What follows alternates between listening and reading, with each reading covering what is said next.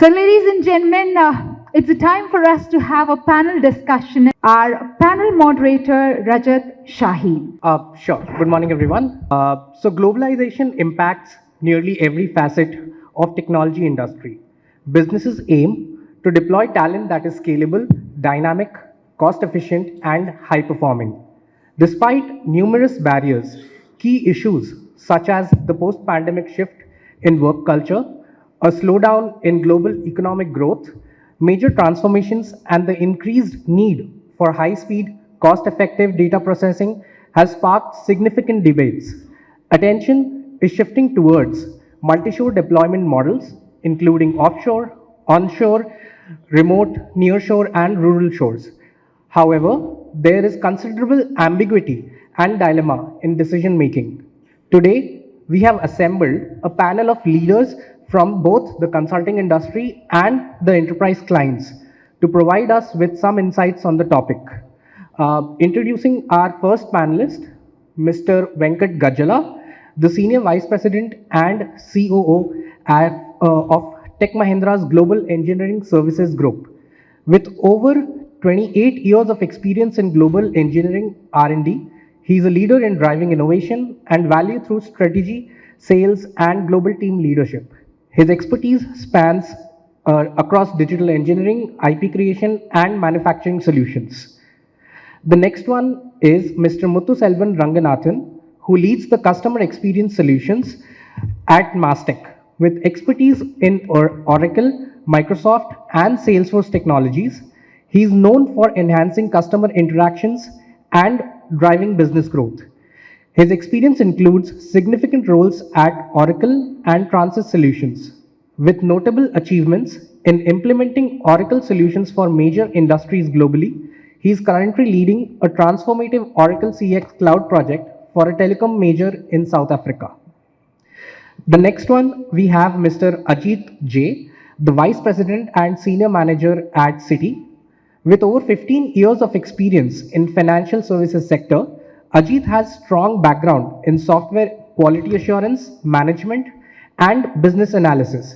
He has held key roles at companies like UBS, Bank of America, and other major institutions, driving improvements in software reliability and operational efficiency.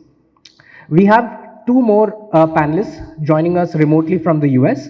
Mr. Narendra Srinivasala is joining us. He is the Principal Cloud Data Engineer and Multi-Cloud Architect at MUFG, a seasoned expert with over 18 years of experience in software industry. He specializes in cloud data solutions for one of the world's leading financial groups. With a strong track record of migrating applications to AWS, Azure, and Oracle Cloud, Narendra's technical expertise and certifications across multiple platforms make him a key contributor to driving innovation and ensuring the seamless operation of critical financial systems. In the meanwhile, I think I'll start with Venkat. So Venkat, as a driver in the major technology services company in innovation and digital transformation, what do you think is important when considering resources deployed in an offshore setting? See, I come from the background of engineering services, which is a combination of both the classical engineering activities plus the digital engineering activities. So if you have noticed, I mean, NASSCOM has started covering this aspect of ER&D in a special manner, and the kind of growth that the ER&D space is seeing is upwards of probably 12 to 15%, whereas the overall IT spend is probably plateauing around 5 to 6%, right? So in that context, I think for the point, whatever you're asking, the R&D customers, the spend and the spread is in terms of the talent deployment. I think in India, mostly the offshore centers are centered around the four major locations, like the four Hyderabad, Chennai, Pune, and Bangalore. But apart from that, few of the tier 2 locations are also popping up, and there is a fair amount of spread is happening to those locations. But the important thing is, I mean, how do you, like Jay Garu was mentioning, I mean, how do you make the talent available for the requirements of the customers? So that means there is a lot of upskilling that is required for them to be industry ready. And this is where, I mean, we have our own academy that we have established internally to train the people, I mean, to make sure that, I mean, they are meeting the requirements. And not only that, if I just step back, being a global operations head, there are I don't think, I mean, there is any project that happens in a isolation or in a siloed manner where you just do it from offshore. My experience, I mean, in the last probably 5 to 7 years, it is spread between at least, I mean, 3, 4 locations. Primarily, it used to be the Eastern Europe belt is one prominent belt, apart from India, plus the customer location, right? So, and of late, I mean, the Mexico and the Latin America belt is also getting prominent. Customers are also looking at the combination of the and then the third area that I see is the Vietnam, and that belt is also getting prominent. But in all these things, I mean, India still has huge amount of advantage because of the scale that we bring into the table. And I don't think, I mean, if somebody wants a 1 lakh or 2 lakh engineers for a specific industry, I don't think any of them can build that kind of capacity in those geographies. Second point, I think at the same time, we need to maintain that efficiency and the innovativeness, so that, I mean, people get attracted towards India, apart from just the cost element, right? I mean, cost continues to be a driver, but apart from that, they need to see the probably the humbleness that what we bring into the table, and the innovation and the responsiveness, accountability what we carry matters a lot, I think, when we try to win the hearts of the global customers. Thank you so much. That was very insightful. I think taking from that and moving to Mr. Muthu here, what are the advantages and disadvantages of offshore versus rural shore models? And do you think there will be a work culture shift in the near future? Uh, it's a great question. So typically, if you look at offshore, how it evolved over a period of time, basically a cost arbitrage, right? So some job needs to be done on site, which is expensive to get done. It's being shared to offshore to get developed. So when you look at offshore model, India is being a pioneer in offshore model. So when you compare with an offshore model and rural model, Sarah has talked about a lot on the rural model, because in offshore model the advantage is you have people around who can cover 24/7. However, in a rural model, though you have 24/7 coverage, the infrastructure is largely difficult there to cover. So what we are looking at is building a more of an offshore rural infrastructure in order to build India to the next level. This is what I see. Offshore getting more costlier now. There's no difference. The salary expectation difference between an offshore and on-site is becoming slim. So only way we can do that is building a rural offshore model. I think that should be the next bet we should focus on. Great, great. Thank you so much. I think on a lighter note, I'll move to Mr. Ajit next, and it's a major shift in the mindset after the pandemic.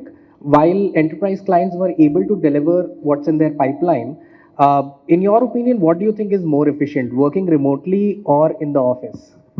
For me, both options are good. Both has both pros and cons. If you look at the working from remote, right, you have flexibility, you have work-life balance, you can maintain it. Going to office, you can maintain collaboration and all these things, networking and so on. And right now with pandemic, there's one more model come into picture, which is called hybrid model. Hybrid model is the one which take advantages of both office and remote opportunities. So for me as a parent with wife and 3 kids, I prefer hybrid model is the best model so that I can balance my work-life balance. But again, depending my conclusion on this part is, in order to understand which is the best solution, we need to understand that basically what I'm trying to say is neither remote nor work in office is not inherent. So basically you meant to say, before you identify a solution, you need to see what is needed from the team and what is the ask at your hand that is the best solution to, and take a decision. Got it, got it. Thank you so much. I will move on to Narendra, who is joining in truly as a cross-border panelist. So let's talk about cloud deployments across borders rather than just borders. Is it safe to say that data centers and disaster recovery centers should be deployed across borders? Hey, good morning, everybody. Thanks for the opportunity. And yeah, in our terminology, right, we talk about disaster recovery. The cross borders are always, suggested for the disaster recovery. Um, Given the case, when you have your infrastructure in one geographical area, and it's always good to have in cross border your infrastructure based on your natural calamities and other stuff going on. You can have always design when you have the your infrastructure in other border. It's always good. In the cloud terminology, we call the regions. If you can have in Mumbai region, India region, you can have your disaster recovery site, where my primary site is in US. It's always good to have, your infrastructure running up and running there. So it will give you high availability. So disaster recovery capabilities. Yeah, it's always good to have that. Great. Thank you so much. So I'd like to move to Mr. Muthu here. What are some of the highly visible technologies and process areas that can easily adapt to this model without impacting the quality of work? Yeah, the key aspect, if you look at in the offshore on-site and the multiple models, is basically you need to look at where you have a seamless communications, collaborations, and project management, right? So there are various tools available in these areas. In terms of collaboration, you have Teams, Slacks, and in terms of communications, you can use still Teams. And there project management, you have Jira, Asana, and other stuff, right? And it's very important that with the offshore on-site model, you need to have a very proper, very good, innovative, versatile global implementation model, because you cannot have a two different model, one in on-site and offshore. So you need to have a cohesive model, and you need to focus on areas like learning management, collaboration, communications. So what happens is COVID has taught us a lot of new areas of improvement. We good at technical, we good at doing things, but we are not good at communications. We are not good at providing status updates, and that is largely impacting our delivery standards and creating a different perception in Indians. Indians means they do the work, but they don't communicate, they don't collaborate. So we should take a steps in the areas like communication, collaboration, not only internal, external as well with the customers. Then only the customers have some confidence on us. Right. Great. So just continuing on that thought, Ajit, it's not a new buzz, but we are seeing a trend shift and inclination towards offshore resources. What are your thoughts on parameters that should be considered when choosing this model? Actually, this question is close to my heart because daily, from last 15 years, I've been working as a senior manager for a multinational financial company. My role is to, from last 5 years, my goal was to maintain offshore on-site model. So I'll give you an example. When I started, when they gave me the opportunity to convert most of the resources who are at on-site, when I given the goal to convert it, it was challenging, but once I stabilized the team structure from offshore and onshore, it's stabilizing. Main thing is the benefit of the company is cost benefit, right? So some of the important things we need to consider. One is the cost benefit. Next is the proper collaboration. Next, proper quality and proper management, resource management. These are the things we need to consider in order to establish proper offshore and on-site model. Got it, got it. Just continuing on both of your thoughts, Mr. Venkat, what are the current trends and drivers behind multi-shore deployments? In other words, can you elaborate on the inclination of clients and why? So when you say multi-shore deployment, about the resources or the team deployments? That's right. Right? So again, as I explained before, the customers are looking at 2-3 angles. One, the confidentiality of the project part, where they want to be operating very close to their headquarters, right? That is one aspect. Second is the time access in terms of being in the same time zone. That is where for North America, probably more and more the Latin America belt is becoming popular and prominent, right? And same is the case Eastern Europe for the European customers and so on and so forth, right? But the combination of all these things, one is the criticality of the confidentiality, whatever the project that they are doing it, right? Second is in terms of the daily updates being operating in agile mode. I mean, how do you get the daily updates in terms of the progress, right?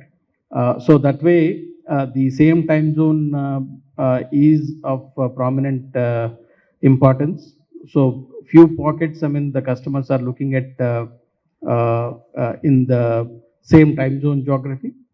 Then the third aspect is, I mean, about the probably the core team which does the work and probably the CI/CD kind of activities, more of the integration and testing, which can happen remotely. That's where, I mean, probably the places like India continue to gain prominence, and so we are seeing more and more of these geography or multi-locational projects are becoming more and more prominent. But having said that, I mean, once the customer gains the confidence, and we are seeing this with a lot of GCCs.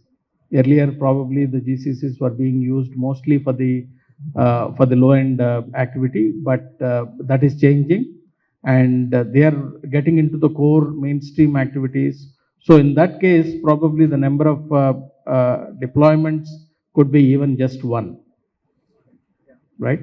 So that's changing very dynamically. And if you look at, I mean, in the last probably 5 to 7 years, the GCC prominence is getting stronger and stronger day by day. Okay. Right, right. So just continuing on that, Narendra, in your opinion, can you say that India and specifically non-urban cities or tier 2 cities in India are getting recognized for multi-shore deployments, especially in the post-COVID era? Yeah, definitely. One of the best things happened, after post-COVID, right? Remote work, and especially when you are, spreading across the urban areas, right?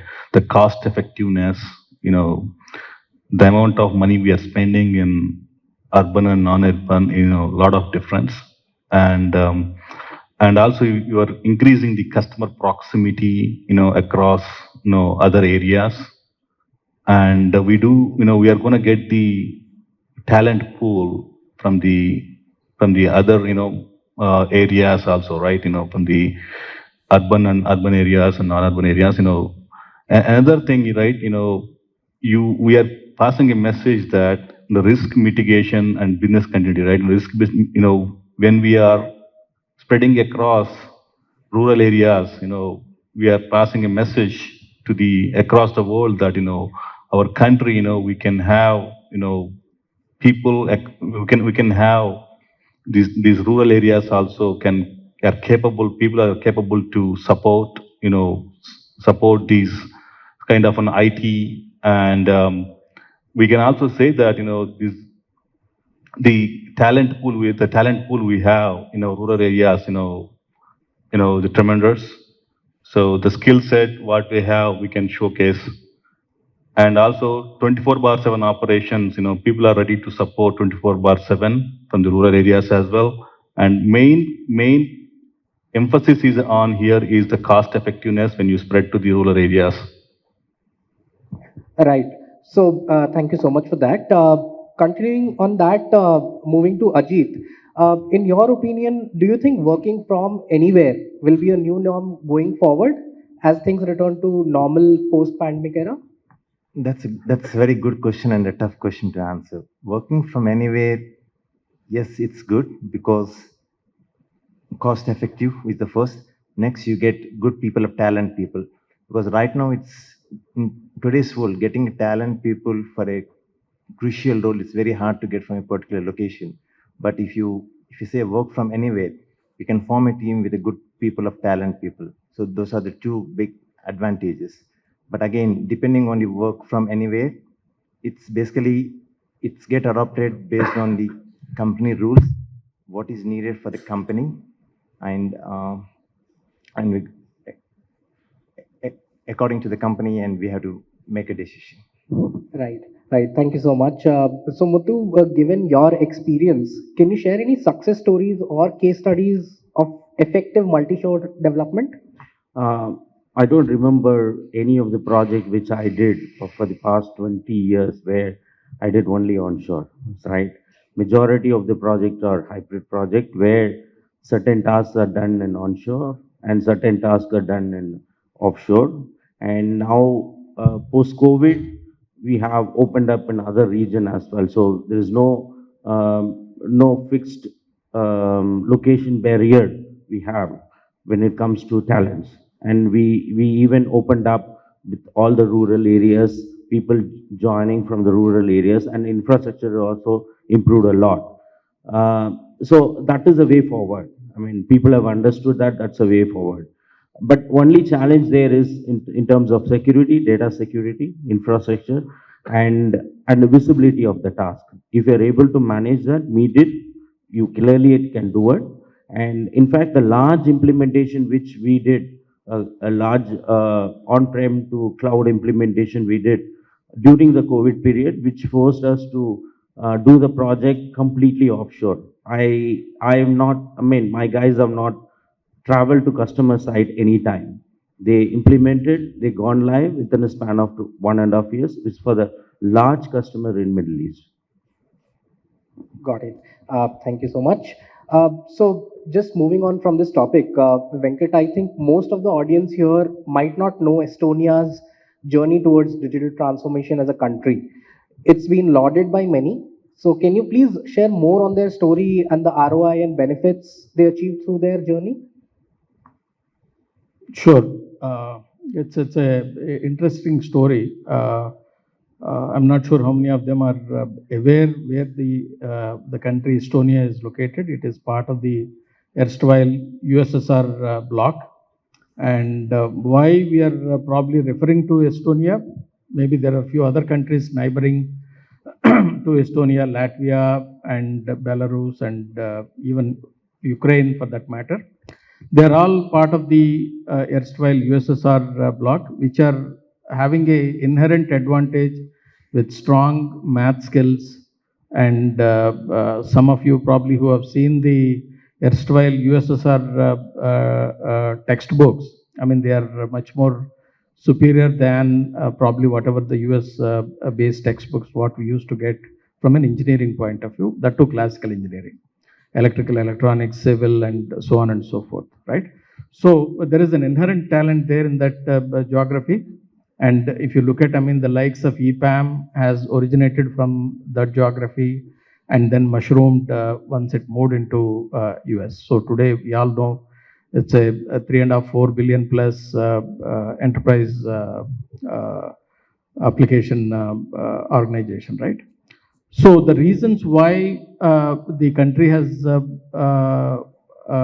excelled, one because of the again the inherent nature of the or the math skills or the technical skills that they have, and the second is, I mean, they are also having the advantage of, though they are part of the Eastern Bloc or Eastern Europe Bloc, but they are very close geographically to the Nordic countries, right? The Sweden, Finland, which are well stabilized and advanced from an education system point of view. So 20–25 years back, the country have started the digital transformation journey, one by transforming the government procedures and all the departments, similar to what we have seen in, or we are seeing in Singapore. Second is, I mean, the flexibility that they have given to the students or the kids in terms of the free access to the internet and so on and so forth, which has inculcated the IT skills and the entrepreneurial skills. For that matter, in fact, Tech Mahindra has made an acquisition about 2–3 years back in Latvia called CTCco, which is about 500 plus people, high-end digital engineering skills. They are probably the best in the world in terms of developing any of the cutting-edge software product engineering and development, right? And so the likes of the big five from the hyperscalers, they use them extremely well. They like it and they trust the team in terms of giving some of the complex work to these people. So the point is, again, a country as a whole and the geography as a whole has the DNA in terms of doing the high-end software product engineering. But the question is, are they successful? Probably not, as long as they are there within that geography. They need to get complemented by a much larger team who can support them, because they are more of, I mean, architectural mindset and who can probably do a lot of high-end cutting-edge software product development. But in the software cycle, you have a lot of other areas where, I mean, you need to do the integration testing and so on and so forth, right? The complete testing itself is a huge exercise that needs to be backed by a team somewhere in India or other low-cost countries or the best-cost countries, so that, I mean, this entire proposition of leveraging a team from these countries, I mean, Estonia, Latvia, or Belarus, while there are sensitivity in terms of the social unrest that is going on now, but the talent available, right? And that is definitely somebody in the software product engineering. One should look at that talent and see how you can tap in and complement it by teams from other best cost countries. Got it, got it. So thank you so much for those insights. So Ajit, like we have heard what Singapore, Estonia, Belarus, and everyone are doing, right? So how do you think digital cities and their infrastructure alleviate the pain points of multi-shore deployments? Multi-shore deployments, it actually helps. Suppose you have round the clock that time. So basically that time you're not losing any time. So round the clock your application is up and running. But some of the things which you have to consider is when you consider the offshore deployments and all those things, especially the risk controls. cyber security, bolstering the cyber security controls, any regulatory protocols, all those things you have to consider. Because, and right now with cross-border country, all those protocols you need to consider it. Right. Thank you so much on that. So Narendra, we have all had the problems of Chinese whispers, right? Working with remote teams. How does your company implement an effective communication plan across different shores to migrate the risk of information loss? Yeah, well, information loss is one of the concerns when you have a multi-shore deployments. Honestly telling you, if you are sitting in working from home, or if you're sitting in USA, if you're sitting in your office, that doesn't matter. If you have in your laptops whatever the work tools we are using, effective softwares we are using to control those, effective compliance in place and controls in place to to mitigate these risks, right? Will be good. And key here is the communication. Communication between offshore and onshore. That is one of the key, and having the proper documentation, and we call it as a RACI, right? Who's responsible for what, who should be informed in case of any information loss. All those things we need to set up. And main thing here is the documentation.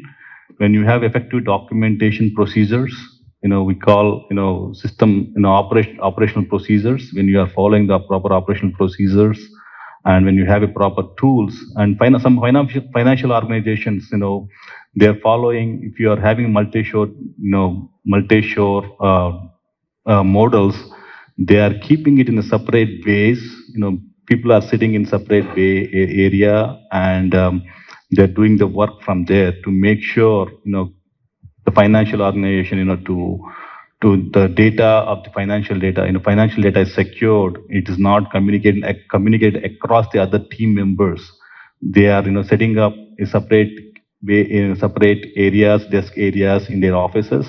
This is one of the key aspects, to make sure the information is not leaked outside. And as I said earlier, having the controls in place, and all the risk controls in place and policies in place, we can easily, get away with the information loss. Great. Thank you so much. So while we are talking about the concerns, Mr. Muthu, I would like to ask you about a controversial topic to understand your opinion. So what do you think about moonlighting, and what measures should company take to avoid such situations? First of all, why this question to me? So, see, every other startup, if you look at, they might have somewhere, some point of time has experienced it. Because when you're starting from scratch, there's no way that you can absorb costly resources. So you tend to get into some consulting mode, right? That's how I also started a practice. We use somebody to consulting mode for some hours, and then build a team. Over a period of time, we build a practice. But what happened there is, if you look at why people looking at moonlighting, there are two key factors. One is money, another one is an aspirations. So there are people who just want to do a moonlighting because they want to learn more. And many people want to do that because they want money, right? So if you ask me whether we can completely eradicate it, yes, there are options are there are policies, procedures, and everything can be done, but practically it's a bit difficult. Because, so what I want to highlight is this: maybe the company should think about the policies, procedures, so that everything is clear. The person, if is readily want to do outside the organization some work, maybe the policy can be enacted, wherein it is clear without affecting any data security, any integrity, any sort of confidentiality, without affecting it, they can do that. So I think many larger companies are started adopting this model, especially Google. They started giving now 6 hours, 4 hours job and all. Understanding this kind of issue, which is always be prevailing in the industry, One way of doing it is make a monitoring and monitoring very stringent, because at the end of the day, customers depend on us, so their data should not be leaked. So from that perspective, we can put a monitoring, but you cannot go larger extent on that. Then you lose a employee. So you have to balance it and manage it. That's all I just want to highlight here. Great insights. Thank you so much. So, Mr. Venkat, next one for you is which might be very interesting to our local audience here as well. What is your opinion on the latest Microsoft data center in Shadnagar, Hyderabad, and what workloads will be deployed there, local or cross-border? I don't see that, I mean, as a major, apart from just as an infrastructure build-up, I don't think, I mean, the local employment will be that scaled. I mean, because all the application and application management happens remotely, right, for any of these data centers. I mean, it is definitely there will be some local employment in the form of operations and maintenance. And we see more and more these data centers are popping up with the incentives that the local governments are providing, and with the widespread usage of the cloud and closer to the customers. I mean, they need to establish many more such data centers across the India, right? So, but from an overall infra point of view, it is a positive thing, but I don't see that, I mean, it is going to give an uptick similar to probably what you have seen the IT applications or the IT services, what we have seen the boom in the high-tech city or in the Whitefield area or in the Hinjwadi area in Pune. Got it, got it. Thank you so much. So last one is, I will ask it to Mr. Muthu, but then it's open to all the panelists. In your opinion, do you think multi-shore deployment will establish a foundation for diversification and innovation? And if so, how? Absolutely, because multi-shore model, the primary objective is one, cost arbitrage. Having said that, but you are bringing in a synergy from talents from various regions, right? So that will also have a diversified outlook. You are looking at diversified manner, including all the people. See, now you're talking about including rural. That itself is an inclusiveness which we are talking about, and you don't have restriction on asking people come to the office. So that itself gives a lot of opportunity for the women employees who have taken a break. They want to rejoin. So it gives a kind of an inclusiveness, as well as it will drive innovation. This is my point of view. Great. Anyone else would like to add anything to that? No, nothing special. Okay, great. So I would like to open the floor for a few questions, only a few from the audience. And volunteers, can you please help pass on the mic? If anyone has any questions, please raise your hand. Anyone? Yeah, we have one from that. You can pass.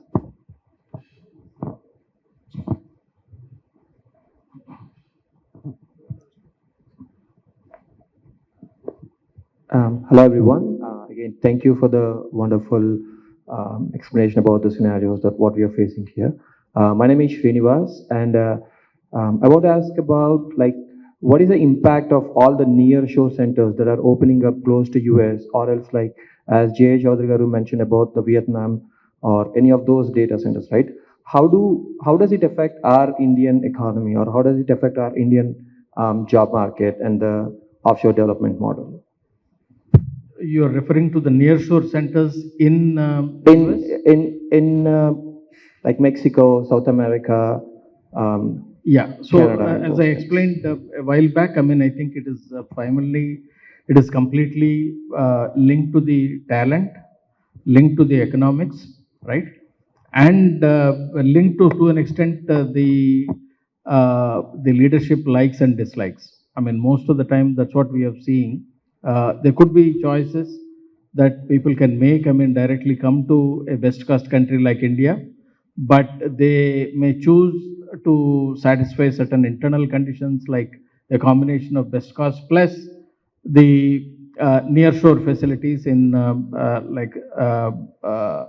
the case of North America, the Mexico and the Latin American belt is getting more and more prominent, and the Eastern Europe belt for the European customers. So it's a combination of the two, three things. Again, one is of course the talent, the economics, and the flexibility that the customers would get, and also the ability to do de-risking to an extent. I mean, sometimes, I mean, they want to feel comfortable in case, I mean, there is any eventuality. I mean, can I recover from that point and move on with the project? So the CIO and the CXO organization constantly look at this equation and then try to balance it out. The advantage what we get is, of course, I mean, both the talent and the cost arbitrage, plus the innovation element that probably of late the people are bringing in, where a lot of GCCs are contributing for the core product development and even filing patents, right? Which is actually a significant advantage and benefit which the corporate cannot ignore, or the headquarters cannot ignore. And I think, I mean, there will be, at the end of the day, all these locations need to coexist to tap into the probably the next $1 trillion economy that IT and IT-enabled services group would drive or execute, right? So all these locations or all these models should coexist or will coexist, and but only the quantum would vary as we go through. Sometimes probably it could be the India may get an advantage of 80% sometimes, or maybe 40% in some cases, if we are not maintaining that the talent, the productivity, and the cost arbitrage.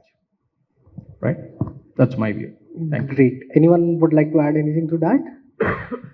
Okay, great. So I don't think we have any more questions from the audience. Okay, we have one.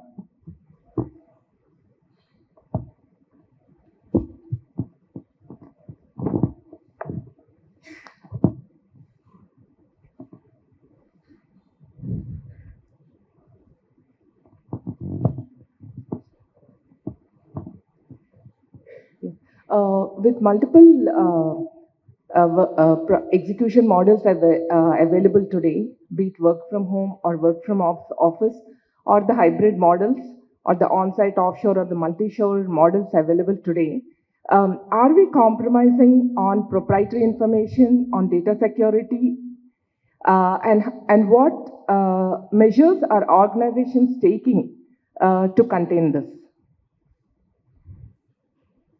That's my question.